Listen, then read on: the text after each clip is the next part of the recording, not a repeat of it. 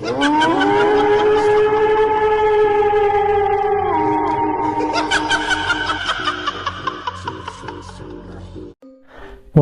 रात म र मेरो साथी चरा मार्न भनेर गुलेली र केही मट्याङ्ग्राहरू बोकेर घर नजिकैको जङ्गलमा गएका थियौँ। सुनेका थियौँ त्यस जङ्गलमा भूत प्रेत र केही आत्माहरू बस्छ रे। तर हामीलाई भने त्यो भूत प्रेतप्रति केही पनि विश्वास थिएन। हामी त विज्ञानलाई मान्ने मान्छे, यो भूत प्रेत भनेको पुरै अन्धविश्वास हो भन्ने ठान्थ्यौँ। हामी जङ्गलमा जान लाग्दा मेरो साथीको आमाले भन्दै हुनुहुन्थ्यो, आज पूर्णिमाको रात हो, जङ्गलमा नजाऊ, जङ्गलमा जे पनि हुन सक्छ। पूर्णिमाको दिन त जङ्गलमा भूत प्रेत आत्माहरू हिँडिरहन्छ। यदि त्यो आत्माले तिमीहरूलाई भेट्यो भने जे पनि हुन सक्छ। त्यसैले तिमीहरू आज घरमै बस, कहीँ जानु पर्दैन यदि तिमीहरूलाई केही भइहाल्यो भने। तर मेरो साथी भने एकदमै निडर र साहसी थियो।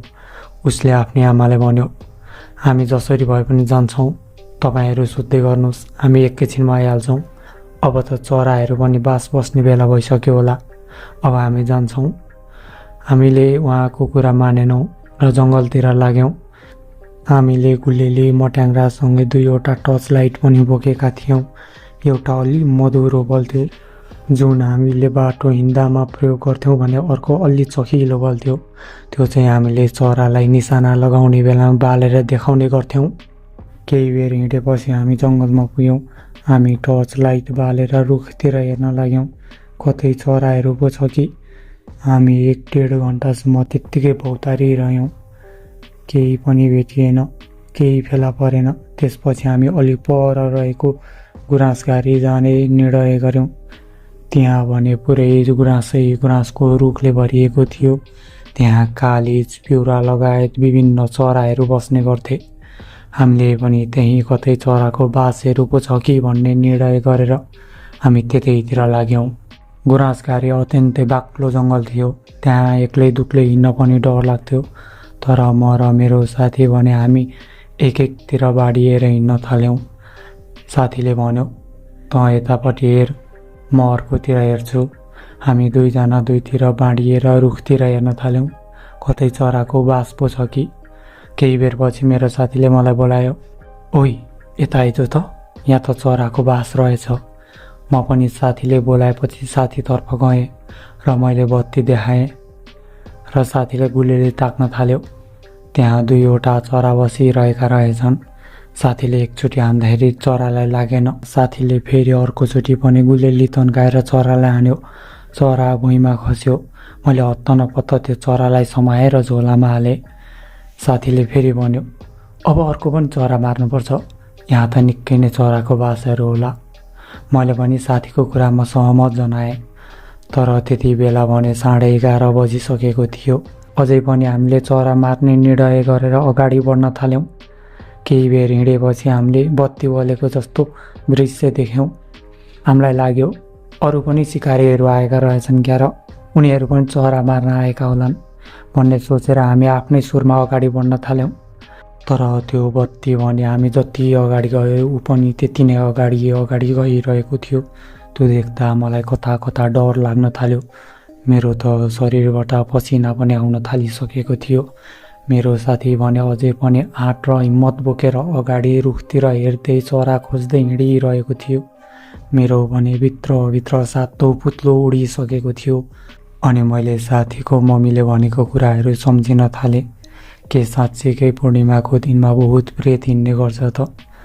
हामीले त्यो देख्दा ठ्याक्क 12 बजेको थियो।